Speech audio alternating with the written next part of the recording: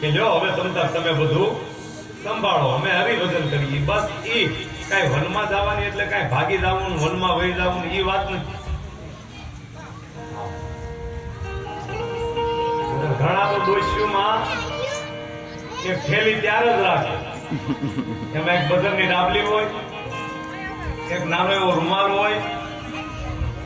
હા, જયારે કઈક વાંધો આવે ને હું વહી જાય છો, ક્યાં જાય છો?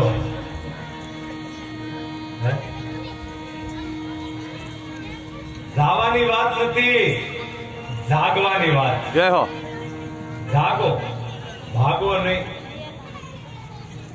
ઘણા ભાગવાની બહુ ધમકી આપતા હોય. ભાગવાની વાત રામાયણ કરે નહીં, રામાયણ તો જાગવાની વાત કરે. જાગો. આજ સત્ય કેતું મનમાં હરિભજન કરે, હવે માથે ધોળા આવી ગયા હોય પછી બધું છોડવું પડે. આ બધી